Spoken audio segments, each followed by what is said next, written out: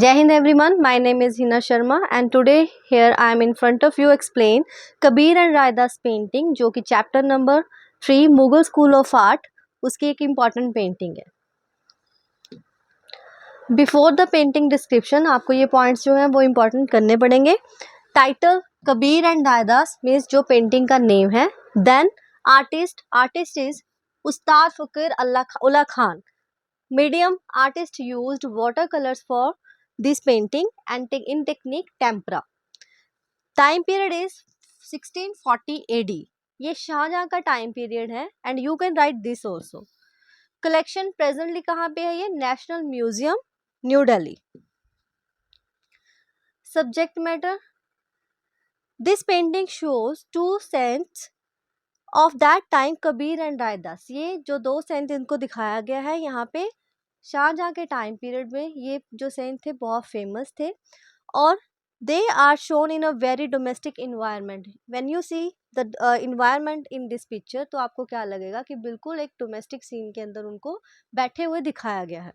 This painting belongs to the Dara Shikoh who respected all the religion equally. ये दारा शेखो ने जो है उसकी रिक्वेस्ट के ऊपर ही ये पेंटिंग बनाई गई थी. किसने बनाई थी?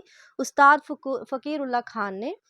क्यों बनाई थी? क्योंकि वो अपने टाइम पीरियड में जो है इन लोगों की जो सेंट थे बाकी और जो सारे रिलीजन थे उनकी बहुत रिस्पेक्ट करता था. इसी वजह से यही एक रीज़न था कि दारा शेखो ने ये पेंटिंग को बनवाया था.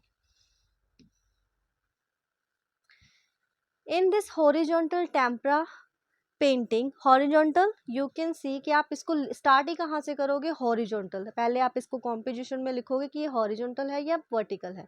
तो this horizontal painting we can see two saints, दो संत हैं इसमें बैठे हुए दिखाए गए हैं. Seated in typical village scene.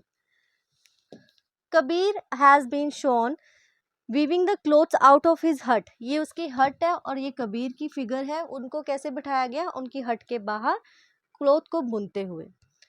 Third point, saint Raidas is sitting on the carpet beside the Kabir. और यहाँ पे जो है रायदास को बैठे हुए दिखाया गया है. किसके साथ में? कबीर के पास. Both are discussing on some religious topic. ऐसा लग रहा है कि दोनों जो है किसी इंपॉर्टेंट रिलीजियस टॉपिक के ऊपर डिस्कशन कर रहे हैं. Now you can observe light and shade element. This is important. Art element in the painting. Light and shade technique enhance the realism.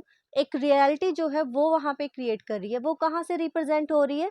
आप जब इसकी रिब्स देखोगे तो यहाँ पे with the help of light and shade artist ने क्या create किया? रिब्स भी दिखाई दे रही है पेंटिंग में.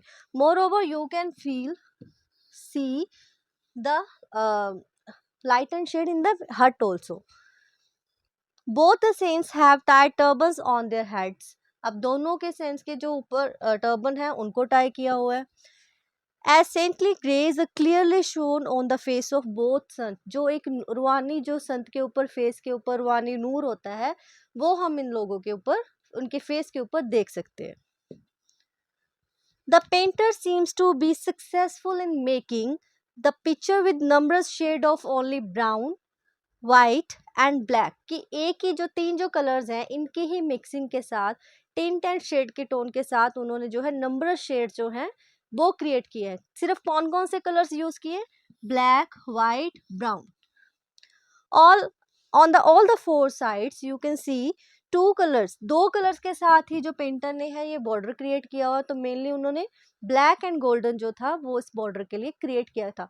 और ये जो बॉर्डर है ये एक इम्पॉर्टेंट पॉइंट है मुगल स्कूल के अंदर.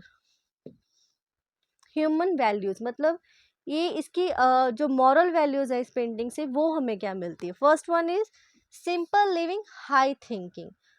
Second is superficial, no superficial lifestyle. कोई भी दिखावा नहीं है उनकी लाइफ के अंदर. वैसा ही कोई दिखावा हमें भी अपनी लाइफ के अंदर नहीं रखना चाहिए. No work is small. कोई भी काम जो है वो छोटा बड़ा नहीं होता.